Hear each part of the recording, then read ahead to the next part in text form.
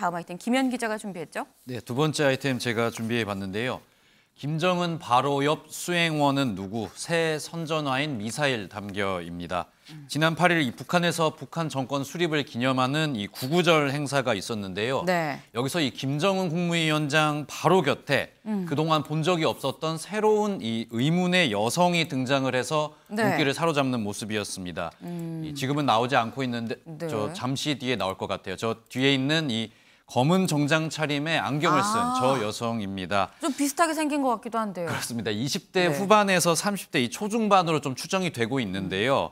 이 김정은 위원장 이 측근에서 근접거리를 유지를 하면서요. 이렇게 꽃다발도 대신 정리를 해주고 이렇게 일거수일투족을 좀 챙기는 그런 모습을 보여줬습니다. 사실 이 역할 저희도 잘 알고 있는 이 현송월 부부장이나 김여정 부부장이 사실 이런 역할을 도맡아 왔었거든요. 그 자리에 이제 새로운 여성이 등장을 해서 눈길을 끄는 모습이었는데 다만 이 여성 같은 경우에는 조금 이 행사 내내 좀 긴장한 듯한 표정을 보였고요. 비교적 보시는 것처럼 좀 젊어 보인다는 점에서 이 현송월 부부장처럼 이 행사를 좀 총괄한다기보다는 현장을 좀 수행하는 어떤 수행원이 아니겠냐 하는 예상이 지금 나오고 있습니다. 다만 그럼에도 불구하고 이 수행원 같은 경우에는 북한에서 이 아무래도 김정은 위원장, 이 최고 권력자를 바로 옆에서 수행을 하기 때문에 문고리 권력이라고도 불리거든요. 지금 이 여성의 정체가 지금 드러나지는 않고 있지만은 지금 계속해서 어떤 여성인지 계속해서 이야기가 나오고 있는 상황입니다. 지금 정체를 알 수 없는 신원 미상입니다만 어쨌거나 뭐 현송월, 김여정 정말 뭐 실세라고 얘기하는 이런 사람들의 역할을 지금 대체를 하는 새로운 얼굴이 지금 등장을 했습니다. 그런데 김현 기자, 지금 우리가 지금 새로운 얼굴이라고 얘기를 했는데 사실 올해 초에 새로운 얼굴이 또 등장했다라고 또 한참 논란이 됐었는데 그때 그 사람이랑 이 사람은 다른 거예요? 지금까지는 확실하게 나온 내용은 없는 것 같습니다. 사실 말씀하신 것처럼 지난 2월에서 4월에 북한에서 여러 가지 행사들이 있었는데 이때도 지금 현송월, 김여정 부부장이 아닌 이 새로운 여성이 계속 등장을 했었거든요. 지금 보시는 저 여성입니다. 이 여성 같은 경우에도 2월에서 4월 열린 이 행사들에 계속해서 등장을 했었습니다. 그래서 저희가 이 부분에 대해서 이 여성이 뭐 같은 여성인지도 궁금을 했고요. 새로 등장하는 부분에 대해서도 궁금해서 저희 프레스룸 반발도 들어가서 이 북한 전문가들에게 이 여성을 좀 어떻게 볼 수 있겠냐 물어봤는데 일단 북한 전문가들 지금 저희가 말씀드린 것처럼 어떤 여성인지는 특정을 할 수는 없지만 아직까지. 지금 김정은 위원장을 저렇게 최측근에서 모시는 것 저 사실 하나만으로도 굉장히 충성심이 검증이 된 인물은 확실할 것이다라는 의견을 내놓고 있는 상황입니다. 수종섭 위원님. 그런데 지금 보면 김여정, 현송월이 하던 역할을 모르는 저 여성이 하는데 김여정, 현송월도 그대로 지금 존재하거든요. 그러면 이 새로운 사람이 추가됐다라는 이거를 어떻게 해석을 해야 되는 걸까요? 뭐 이제 역할 분담이라고 봐야 되겠죠. 이제 김여정, 현송월 부부장은 조금 더 큰 틀에서의 역할 이런 쪽에 좀 집중을 하고 실무적인 이런 쪽은 새로운 이제 의전 담당을 하나 뽑아서 배치를 한 것 아닐까. 결국 이제 현송월 부부장의 위상에 변화가 있는 것 아니냐 뭐 이런 관측도 나왔지만 지난 6월달에 뭐 보도될 때에도 거기도 이름이 나오면서 의약품 같은 걸 뭐 기부했다 이런 보도도 있었고 또 구구절 행사장에서도 현송월 부부장이 이른바 김정은 로열 패밀리 바로 옆에 위치한 그런 모습이 나왔거든요. 그런 등등으로 미뤄봤을 때 현송월 부부장이 뭐 권력투쟁에서 밀렸다든지 그런 것은 아닌 것 같고 좀 실무적인 차원의 일을 맡기기 위한 실무자를 계속 좀 이렇게 등장시키는 과정에서 워낙 이제 김정은 위원장의 최측근에서 움직이다 보니까 우리가 주목을 좀 하고 있는 것 아닌가 하는 생각이 들고 이렇게 그냥 얼핏 그 봐서는 김정은 위원장의 친인척이 아닌가 싶기도 좀 합니다. 그냥 봤을 때 좀 모습이 전체적으로 김정은 위원장의 두상이나 좀 비슷한 측면이 좀 있어 보여서 뭐 그런 것 아닌가 하는 생각도 좀 듭니다. 지금 뭐 일단 북한 지도부 내에서도 약간 좀 변화가 있는 것 같은데 우리가 이렇게 저 여자가 뭘 하고 이거를 또 프레스룸에서 다루는 거야라고 생각하실 수 있습니다만 북한의 변화에 우리가 좀 디테일하게 좀 들어가는 이유가 북한이 핵을 갖고 언제 뭘 어떻게 할지 모르기 때문에 그 안에서 일어나는 일들을 저렇게 좀 노출된 영상으로 좀 분석을 할 수밖에 없는 그런 상황입니다. 그런데 김현 기자, 지금 사실 우리가 남북 협상할 땐 이 북한이 항상 우리한테 얘기할 때 뭐 하면 뭐 비핵화하겠다라는 취지로 지금 얘기를 했었는데 근데 보니까 북한이 핵 포기는 없다. 뭐 이렇게 얘기를 했던데요. 그렇습니다. 이 발언이 조금 이 추석 연휴 직전에 나와서 더욱 네. 지금 어떤 눈길을 끌고 있는 그런 모습인데요. 김 전 국무위원장 추석 연휴 하루 전인 이 8일 최고인민회의 이 시정연설에서 직접 밝힌 내용입니다. 이에 대해서 우리 정부나 국방부는 북한이 핵을 사용하면 이게 자멸의 길로 빠져드는 거다. 이렇게 계속 네. 경고를 하고 있지만요. 북한은 이 멈출 생각이 없는 것 같습니다. 김정은 위원장의 발언 직접 들어보겠습니다.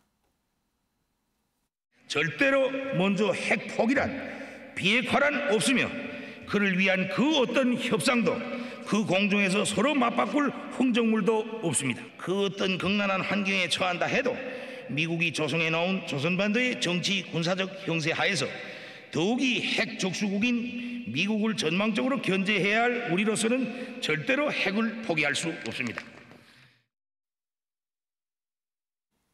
네, 이런 상황에서 오늘 북한의 새로운 선전화 포스터들도 좀 공개가 됐는데요. 네. 김정은 위원장의 이런 연설 기조를 좀 반영했다라고 북한에서 직접 밝히기도 했습니다.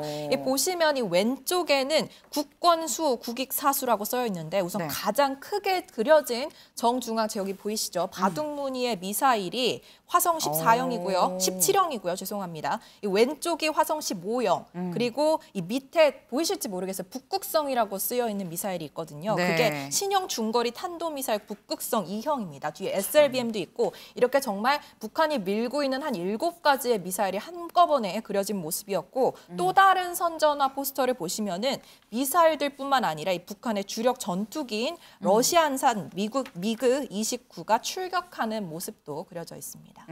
네, 이런 모습은 이 북한에 있는 이 북한 조선 혁명 박물관이라는 박물관이 있는데요. 네. 여기에는 이 김정은 관이 또 따로 있습니다. 김정은 네. 위원장의 업적을 이렇게 소개해 놓은 이 관이 따로 있는데 이 노동신문이 오늘 이 김정은 관을 홍보를 하면서 여기서 네. 다시 한번 이 핵을 언급했습니다. 이 노동신문 이 김정은 위원장을 불세출의 위인 뭐 이렇게 치켜 세우면서 특히 여기서 이 핵무력 완성을 거론을 했는데요. 이 현명한 영도 아래 일어난 이 눈부신 기적들이다. 이 핵무력 완성을 이 기적이라고 표현을 하면서 네. 다시 한번 이 김정은 위원장의 이 핵 무장에 대해서 굉장히 높이 치켜 세우는 그런 모습도 보이기도 했습니다. 지금 이 북한의 이런 행보가 주목이 될 수밖에 없는 이유가 얼마 전이죠. 불과 지난달에 윤 대통령이 북측에 인도적인 지원을 좀 하겠다라는 취지로 손을 내밀었었습니다. 그때 윤 대통령이 뭐라고 제안을 했는지 직접 들어보고 오시죠. 담대한 구상을 지금 이 자리에서 제안합니다. 북한에 대한 대규모 식량 공급 프로그램, 발전과 송배전 인프라 지원, 국제 교육을 위한 항만과 공항의 현대화 프로젝트, 그리고 북한 농업 생산성 제고를 위한 기술 지원 프로그램, 병원과 의료 인프라의 현대화 지원, 국제 투자 및 금융 지원 프로그램을 실시하겠습니다. 네, 지금 윤 대통령은 저렇게 인도적으로 좀 지원을 하겠다라고 공개적으로 얘기를 했는데 북한은 여기에 좀 반대되는 행보를 지금 보이고 있습니다. 윤경호 위원님, 지금 북한의 이런 반대되는 행보를 우리 제안을 걷어차는 걸로 해석을 해야 될지 아니면 좀 더 큰 것 좀 갖고 와라고 좀 협박을 하는 걸로 봐야 될지 어떻게 봐야 될까요? 뭐 우리나 미국을 향해서는 우리는 우리 갈 길 가겠다. 내 갈 길 가겠다. 북한 입장에서. 네. 그렇게 아까 천명했죠.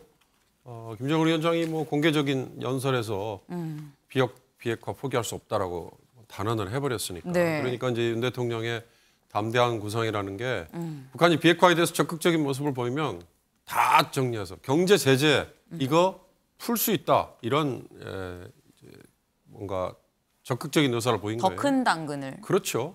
그러니까 지금까지 우리는 북한에 대해서 경제 제재 그대로 묶어둔 상태, 그다음에 체제 인정해 줄 것이냐. 결국 네. 이 두 개가 가장 어떻게 보면 관건이잖아요. 네. 미국이나 우리 입장에서는 북한이 핵을 가지고 있는 거 인정할 거냐 말 거냐. 그걸 포기한다면 우리가 어떻게 해줄 거냐 이거잖아요. 근데 그거에 대해서 벌써 북한이 핵보유 선언 개발 그다음에 보유 선언 한 게 2005년 정도부터라면 지금 근 18년째 이렇게 가고 있는데 이 상황에서 여전히 평행선밖에 안 되는 거 아니겠어요? 근데 참 안타깝고도 지금 입장에서는 더 애석한 건 미국에게 북핵 문제가, 북한 문제가 우선순위에서 상당히 지금 뒤로 밀려나 있다는 현실적인 문제예요. 바이든 행정부가 의외로 북한에 대해서 여러 대외 정책 중에 우선순위에 결코 북한을 두지 않고 있다. 미 국무부의 여러 자리에 대한 포석이나 이런 걸 보면 뭐 읽을 수 있지 않습니까? 우리 정부는 사실 독자적으로 뭔가 해보려고 해도 담대한 구상 내놨는데 북한이 그냥 걷어차듯이 외면했죠. 엊그제 추석 직전에는 통일부에서 이산가족 문제 다시 얘기했지만 맞아요. 북한이 뭐 전혀 답을 안 했잖아요. 그러니까 이런 것들을 감안하면 여전히 남북 관계는 평행선 위에서 조금 더 변함이 없는 거다. 이 돌파구를 어떻게 마련할 것이냐. 미국이 마련해야 될 것이냐 아니면 우리가 해야 될 것이냐. 우리가 해야 된다면 우리는 조금 더 미국을 끌어들이거나 아니면 중국을 지렛대로 끌어들여서 조금 더 과감한 그러면 제안을 해야 될 거냐. 국민들은 그럼 그걸 또 지지할 거냐. 그런 점에서 사실은 새 정부가 할 일이 너무 많죠. 너무나 많은데 과연 윤석열 정부도 북한 핵 문제, 북한 문제를, 남북 관계를 우선순위에 얼마만큼 앞에 두고 있느냐. 이거에 대해서 전혀 국민에게 보여주지 못하고 있다는 거. 그게 좀 안타깝습니다. 네. 지금 어쨌거나 지금 상황으로 봤을 땐 뭐 이산가족 상봉 제안도 전혀 응답을 하지 않고 지금 핵 포기도 없다고 얘기를 한 이런 상황에서 남북 관계는 앞으로도 평행선으로 가기 쉬운 참 애석한 그런 상황입니다.